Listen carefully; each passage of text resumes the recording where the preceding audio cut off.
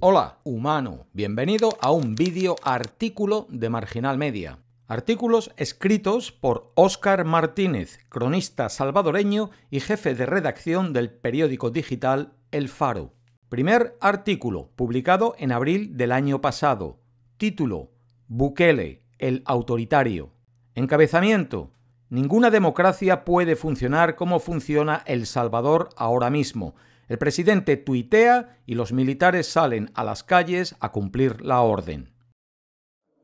Estamos ante una pandemia con una viralidad increíble, probablemente nunca antes vista. La canciller de Artículo: a Nayib Bukele, presidente de El Salvador, le estorba la democracia. Lo ha terminado de confirmar con sus actos durante el manejo de la crisis provocada por el coronavirus. Las señales estaban ahí desde el principio, pero ha sido en estos meses de marzo y abril en los que Bukele se ha exhibido en todo su esplendor como un hombre autoritario, dispuesto a saltarse las reglas más básicas de la República y gobernar solo un país que lo sigue adorando, según las últimas encuestas. Fue escandaloso lo que hizo Bukele en febrero de 2016. Entonces, siendo aún alcalde capitalino por el izquierdista FMLN, un Bukele poco demócrata amenazó al fiscal general con que el pueblo lo iba a sacar de la oficina. Todo era en respuesta a que había sido citado a declarar por un caso en su contra. Estaba siendo investigado por supuestamente liderar a un grupo de informáticos que hicieron ataques digitales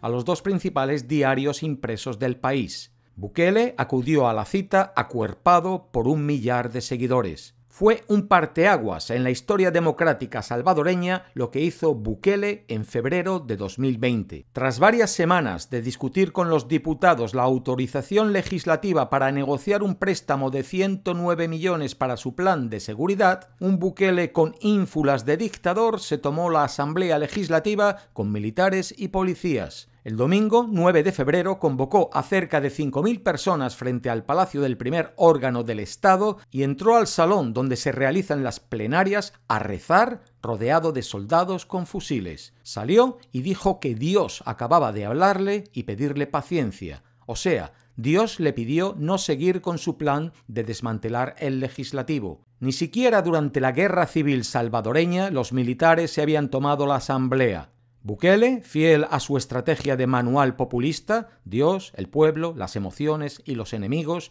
arguía que todo tenía que ver con el bienestar de la gente. Luego se demostraría que era una estrategia de marketing que se le salió de las manos. Esperaban desviar la atención de temas que lo incomodaban. Pero esta vez lo que Bukele ha hecho fue la ruptura del orden democrático. Desde el miércoles 11 de marzo, cuando su gobierno decretó la emergencia nacional por el coronavirus, Bukele ha ejercido su mandato por Twitter y sin pedir permiso como un monarca con Internet. Bukele ha publicado varios decretos a través de un tuit desde que inició la emergencia. Tras hacerlo, ha dado por anunciada a la población de su existencia y vigencia. Sus tweets son como edictos reales que se hacen ley justo a la hora que el tweet se publicó. Ninguna democracia puede funcionar como funciona El Salvador ahora mismo.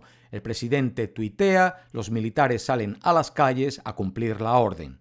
Dijo, por ejemplo, que los militares y policías detendrían a quien viole la cuarentena domiciliar sin razón, o sea, quien no pueda convencer al soldado de turno de que va hacia una farmacia, supermercado, a su trabajo o a atender a un enfermo, se irá 30 días a centros de contención. La Sala de lo Constitucional de la Corte Suprema de Justicia, el máximo tribunal del país, ha emitido 3 resoluciones donde declara improcedentes algunas de las normas impuestas por Bukele, como detener gente por violar supuestamente la cuarentena, decomisar los vehículos de esas personas o entrar en casas de gente sospechosa de contagio. La Sala nunca pidió desmontar las medidas de cuarentena, sino decretarlas por la vía legal, enviando el proyecto a los diputados y esperando a que ellos lo conviertan en ley de forma clara, para que no haya criterios arbitrarios ni soldados convertidos en jueces durante la emergencia.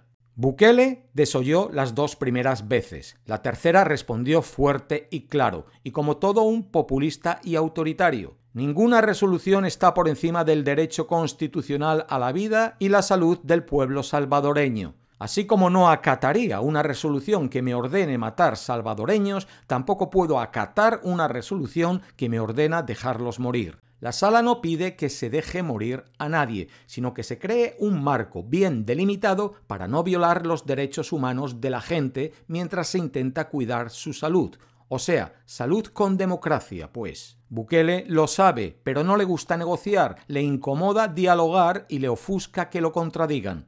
El problema es que sus tweets leyes tienen una repercusión inmediata. Así como el ejército y la policía responden instantáneamente a sus órdenes virtuales, tras sus tweets contra la Sala, algunos seguidores publicaron fotografías en la misma red social portando armas y con mensajes como «A sus órdenes, presidente». La noche del 17 de abril, Bukele vio un tuit que mostraba un vídeo con bastante gente circulando por el municipio de La Libertad. A las 5:57, Bukele tuiteó el vídeo y ordenó al ministro de Defensa un cerco sanitario sobre el puerto de La Libertad. Todas las personas tendrán que estar en sus casas. 9 minutos después, el ministro de Defensa respondió en otro tuit: «Está bien, señor presidente, tal y como usted lo ordena». Y decenas de soldados cerraron una ciudad. Así, sin decreto, ni ley, ni discusión. Un tuit.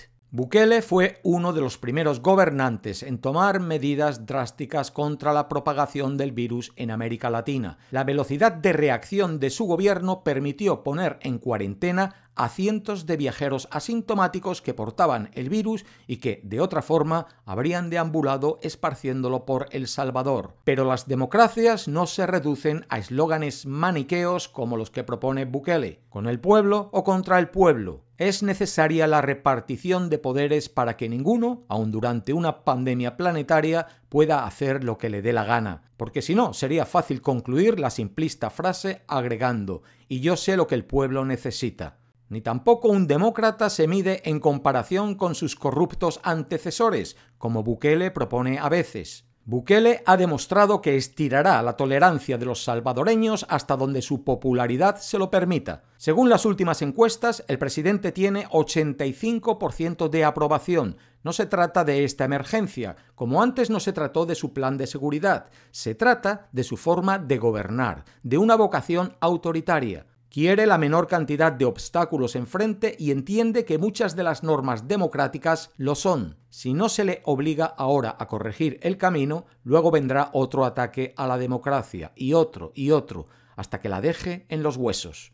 La crisis y la cuarentena pasarán y cada quien, desde su posición, debe pensar a qué mundo quiere salir. Uno donde en lugar de presidente hay monarca o un mundo donde uno no tenga que estar pendiente de un tuit para saber si sigue viviendo en una república o no. Ese último no se construye con gente que aplaude a ídolos, sino con gente que cuestiona a gobernantes.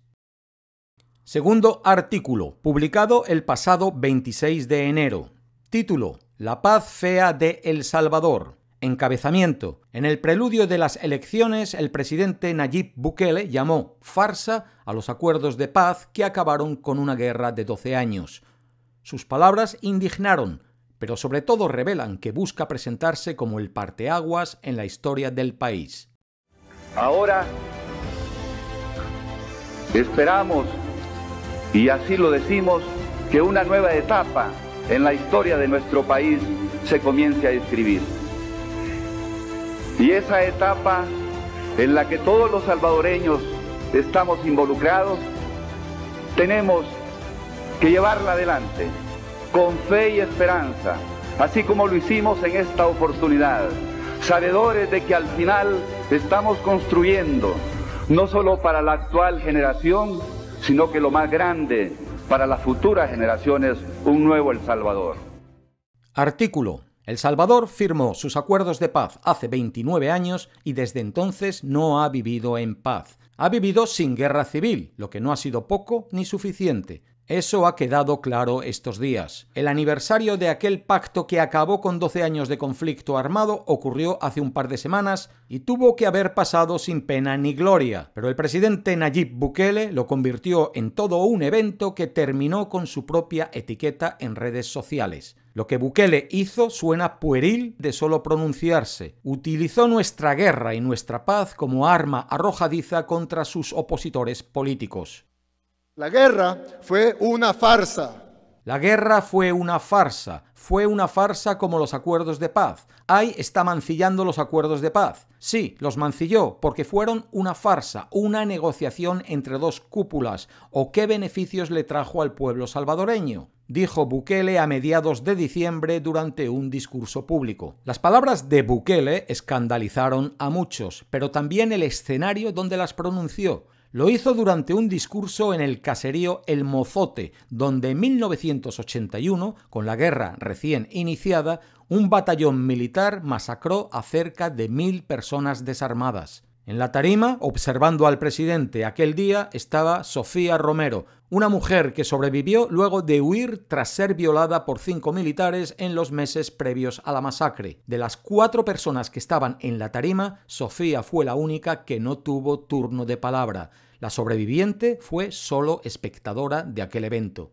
Bukele se vende como un mesías, como el parteaguas en la historia de este país y no pretende permitir que le compita ninguna guerra con todos sus magnicidios y masacres, ni tampoco una paz, con todos sus logros e imperfecciones. El estilo autoritario, 29 años después de salir de una batalla contra regímenes militares, sigue gustando en El Salvador. La acumulación del poder es el camino, según la gran mayoría. Somos los herederos de una paz fea, importante, necesaria, pero fea. Durante décadas en el poder, los partidos que gobernaron la posguerra, la exguerrilla del FMLN y el derechista Arena, llevaron al país a otras guerras nuevas, donde sus errores en el manejo de la seguridad pública terminaron convirtiéndonos en la nación más homicida del mundo en años recientes. Los hombres a los que esos partidos eligieron para gobernar nuestra paz saquearon este país a manos llenas. 3 expresidentes han pasado de diferentes formas por procesos relacionados con su corrupción. 2 de la derecha, 1 de la izquierda. Afearon nuestra paz durante años. Ahora Bukele no pretende deformarla más, sino sacarla de la discusión llamándole farsa. El repudio a las palabras de Bukele sobrevivió a las fiestas navideñas y perduró hasta la conmemoración del 29 aniversario de la paz este 16 de enero. Un centenar de académicos publicó una carta abierta exigiendo al presidente honrar la memoria de una guerra que dejó más de 75.000 muertos. Jeff Tail, presidente de la Oficina en Washington para Asuntos Latinoamericanos, un influyente laboratorio de ideas en aquella capital del poder político, publicó un análisis diciendo que las declaraciones de Bukele eran tristes, pero no sorprendentes. Estoy de acuerdo. Las palabras del presidente fueron ofensivas, violentas incluso, ignorantes, pero también conscientes y previsibles. Reflejan la visión política de Bukele, en la que su autoritarismo y megalomanía son principios rectores y alcanzan nuevas cimas en el transcurso de su mandato. Esta vez Bukele dejó clara su intención. La memoria de la guerra y de los acuerdos de paz no le sirven para sus aspiraciones políticas. Recordar un conflicto y su resolución no funciona porque él no fue el protagonista. Era apenas un niño cuando aquello terminó en 1992. Pero el intento de anular a los demás sí le ha funcionado en su carrera política y es su declarada intención para las elecciones legislativas y municipales de febrero.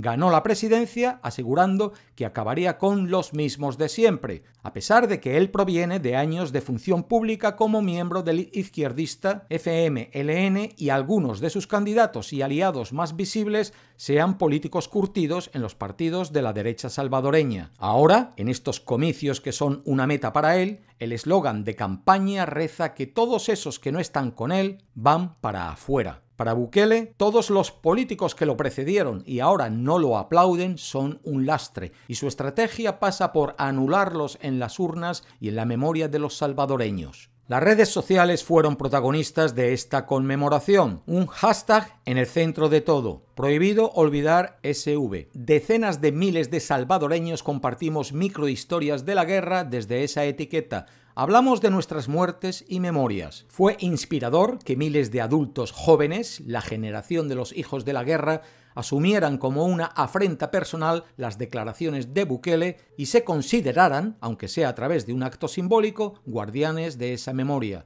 Fue un performance potente que atrajo mucha atención. Sin embargo, estos días dejaron también un recordatorio ineludible. las flaquezas de nuestra paz siguen ahí. El meteórico ascenso de Bukele es un claro reflejo de ello. Por más tweets, retweets y me gusta que hayan logrado las microhistorias de la guerra, ese presidente que despreció su legado es el hombre fuerte de la política en El Salvador. Su nota, a más de un año de gestión y aún en la encuesta donde sale menos favorecido, sigue arriba del 70% y está camino a unas elecciones legislativas donde todo apunta a que los salvadoreños le darán más poder que a ningún líder de la postguerra. Pronto, Bukele contará con cientos de alcaldes y decenas de diputados sumisos a él. La paz fue el fin de un conflicto, pero también el inicio de una nueva vida en la que, por ejemplo, ya nadie te tortura por leer un libro de Marx. La paz trajo beneficios y obligaciones, pero muchos políticos de antes y de hoy se han olvidado poco a poco de esto último.